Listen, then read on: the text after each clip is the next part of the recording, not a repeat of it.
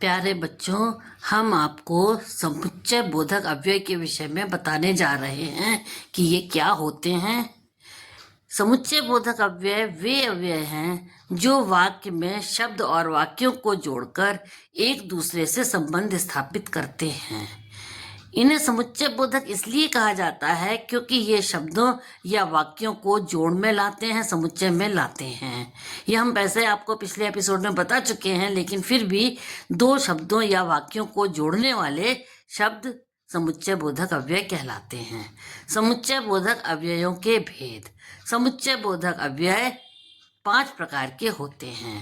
पहला, समुच्चय अव्यय, जो एक वाक्य या शब्द को दूसरे से केवल जोड़ते हैं, अर्थात एक शब्द दो शब्दों को या दो वाक्यों को जोड़ने वाले समुच्चय अव्यय कहलाते हैं, जैसे और, तथा, एवं भी। उदाहरण, राम और श्याम मित्र हैं। यहाँ राम श्याम को और से जोड़ा गया है, इसलिए और समुच्चय अव्यय है। गांधी जी ने सत्य एवं अहिंसा का नारा दिया। यहाँ सत्य और अहिंसा को एवं के द्वारा जोड़ा जा रहा है, इसलिए ये समुच्चय अव्यय है। दूसरा, विकल्प बोधक अव्यय, जो विकल्प या चुनने का भाव प्रकट करते हैं। यहाँ पे क्या होता है, 2 विकल्प होते हैं, उनमें से एक चुना जाता है, जैसे या, अथवा, अन्यथा, चाहे चाहे। इसका उदाहरण, तुम पढ़ाई करो या खेलो। तुम्हारे पास 2 विकल्प हैं, या तो पढ़ाई कर लो या खेल लो। इसको या से जोड़ा, इसलिए या विकल्प बोधक अव्यय है। रानी चाहे तो गुड़िया से खेले, चाहे तो गेंद से खेले। अब रानी के पास 2 विकल्प हैं, उसका मन करे तो वो गुड़िया से खेल सकती है या वो गेंद से खेल सकती है। इसको चाहे के द्वारा जोड़ा गया। विरोध बोधक अव्यय, जो विरोध या विपरीत अर्थ प्रकट करते हैं, जो अलग अलग अर्थ, एक दूसरे से विरोधी अर्थ प्रकट करने वाले विरोध बोधक कहलाते हैं, जैसे लेकिन, परंतु, किंतु, मगर।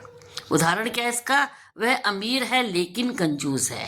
अमीर है लेकिन उसकी विरोधी बात क्या है कि वो कंजूस है। इसको लेकिन शब्द से जोड़ा गया, इसलिए लेकिन विरोध बोधक अव्यय कहलाएगा। अब परिणाम बोधक अव्यय। चौथा, परिणाम बोधक अव्यय, जो किसी कार्य का परिणाम या फल बताते हैं। कोई कार्य होता है, उसका परिणाम क्या निकलता है, उसको बताने वाले परिणाम बोधक कहलाते हैं, जैसे इसलिए, अतः, इस कारण, फलतः। उदाहरण क्या है इसका, वह बीमार था इसलिए स्कूल नहीं गया। कारण क्या था, बीमार था, उसका परिणाम क्या हुआ, परिणाम स्वरूप वो स्कूल नहीं गया। उसने बहुत अच्छा प्रयास किया, अतः सफलता मिली। प्रयास किया इसीलिए सफलता मिली, तो उसका परिणाम है। समुच्चय बोधक योजक अव्यय, जो किसी बात का स्पष्टीकरण या कारण जोड़ते हैं। अब किसी बात का स्पष्टीकरण देने वाले समुच्चय बोधक योजक अव्यय कहलाते हैं, जैसे क्योंकि, ताकि, जिससे।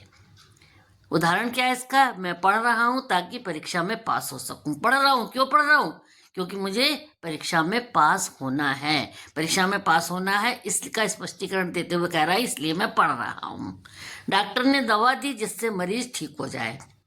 अब मरीज को जल्दी ठीक होना है, इसीलिए डॉक्टर ने दवा दी है जिससे कि मरीज ठीक हो जाए, तो ताकि और जिससे समुच्चय बोधक योजक अव्यय कहलाएंगे। धन्यवाद। अगर आपको ये एपिसोड पसंद आया हो तो कृपया इसको लाइक करें, सब्सक्राइब करें और बेल आइकन को दबाना ना भूलें।